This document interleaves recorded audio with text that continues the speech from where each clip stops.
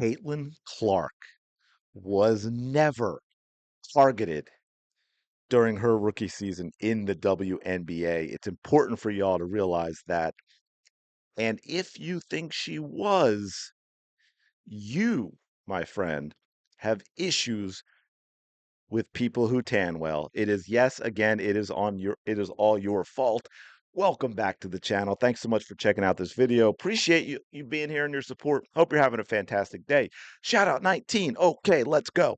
Uh, so I was thinking about this the other day when I did that video on Natasha Cloud, and she said it's all BS about nobody was targeting Caitlin Clark, and then of course she used the R word. If you think that, then you are an ist, of course.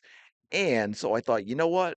I've done bits here and there of the flagrant fouls and the hard fouls. I'm going to dig back in. I'm going to get that. I'm going to replay some of her words, and we'll talk about whether or not Caitlin Clark was targeted.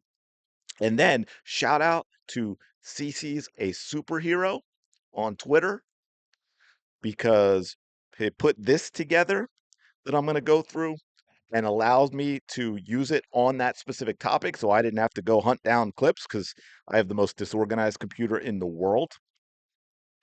And then on top of that, when I first looked at it, he showed it to me. I played it, and it was there was mute, there was no volume, and I thought, oh, this is great. I'm going to get the Natasha Cloud clips and the audio, and we'll talk about that. And what do you know? He overlaid the Natasha Cloud audio, but I want to play this first without Natasha Cloud, talk about it as we go. And then, especially for those who didn't watch that video, listen to her words while we watch this clip. Yeah, by the way, that wasn't called at all. Oh, bam, bam. Yeah, she's, wait, wait, wait, wait, wait. Don't go. Yeah, Kate. Oh, goodness. Back that up. Back that up. Back that up. Caitlin Clark, flagrant fouls. Yes. Fever rookie has had most in WNBA committed against her and says, no, they're not that bad. Of course, they say, no, they're not that bad because we have to excuse it. That number, by the way, is 17% of the league. But here's the thing, if you watched her this season, you also know that that number should be a lot higher because she didn't get any calls. She didn't get any calls. I mean, even that Kennedy Carter one, that's the Angel Reese blow to the head. Even that Kennedy Carter one was not called a flagrant foul during the game. They did it after the fact. Yeah, this is great too. There it is. There's the 17. Then we've got 80% of them were committed by the Chicago Sky. There's that. Then we had there. Oh yeah, that is a shoulder to the chin. You're trying to knock her out. So yeah, it's kind of wild to that was in case you didn't know what that was in the Seattle game where Caitlin's trying to go back to her bench. Skylar Diggins Smith comes from behind her and shoulders her, and Caitlin just goes with it, redirects, and made her have to walk through the Seattle bench, and the coach threw a hissy fit, even though it was her own player being a childish little you know what by going after Caitlin Clark like that from behind. Absolutely wild.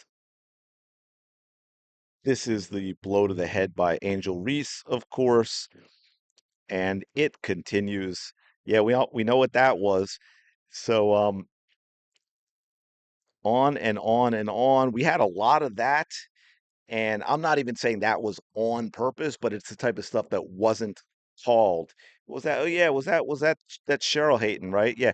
Head up, kid. Hate will not win. You are covered in ain't nothing these evil people can do about that. All love for you. Think about that. Now, talking about Caitlin Clark fans, because of course Diamond to Shields got backlash for that blindside linebacker hit at midcourt on Caitlin Clark, as she should have. Evil is hate and evil are very, very strong words. I think it's important to understand how these people really feel about you, fans.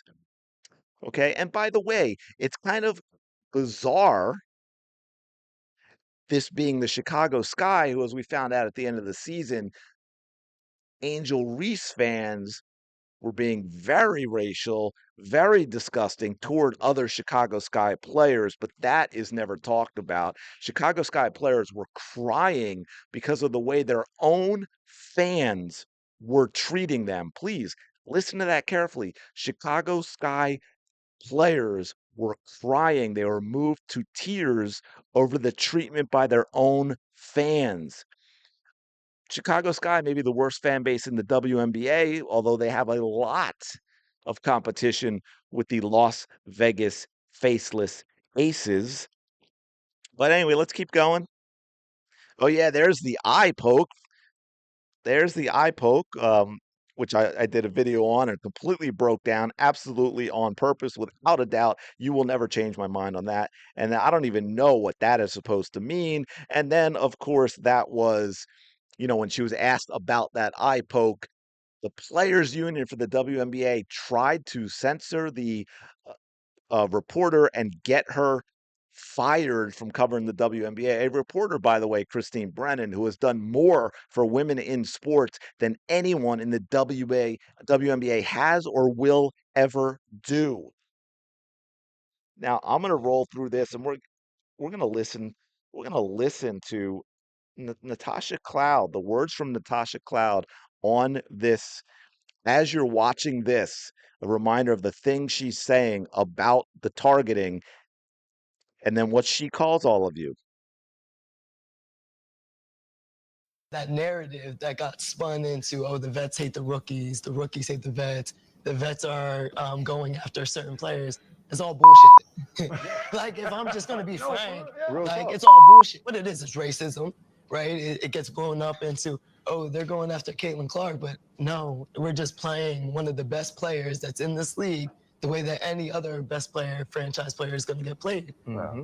That even a person who didn't understand the game knows that's not normal. She has her own highlight reel of getting her head bashed in. Watch how Stewie gets played. Watch how Asia gets played. Watch how Enrique gets played. Watch how Khalid gets played. Go down the list. We have, and it wasn't the same. We have. It's the franchise players for every team. They be getting fucked up every game. It don't matter what position you are, what color you are, what school you came out of. This is how we feed our families. Our job is to go and win. And if we don't win, what happens? We get fired. We lose our jobs. So if you're telling me that the difference between me keeping my job is you in that basket, you're going to have to go all the way through me. There you go, folks. What you saw with your own eyes is not true, and you are an ist for even thinking that Caitlin Clark was in any way targeted. By the way, those players she named, I don't know, have you ever seen anyone go after Asia Wilson the way they've gone after Caitlin Clark? I personally have not seen that. Yes, the WNBA is physical and too physical. It's the way they hide their lack of skill. But again, there it is. There it is for you. They're lying. They're lying. They're lying. They constantly lie about everything. Yes, Caitlin Clark was targeted. Was there a league-wide meeting that said, "Hey, we have to commit dirty plays on Caitlin Clark"? Of course not. But all the players, I mean, we've heard enough from all of them. They all feel the same way. They hate the new fans. They don't want the attention the new fans bring because it shines a light on a nasty, messy, unskilled league.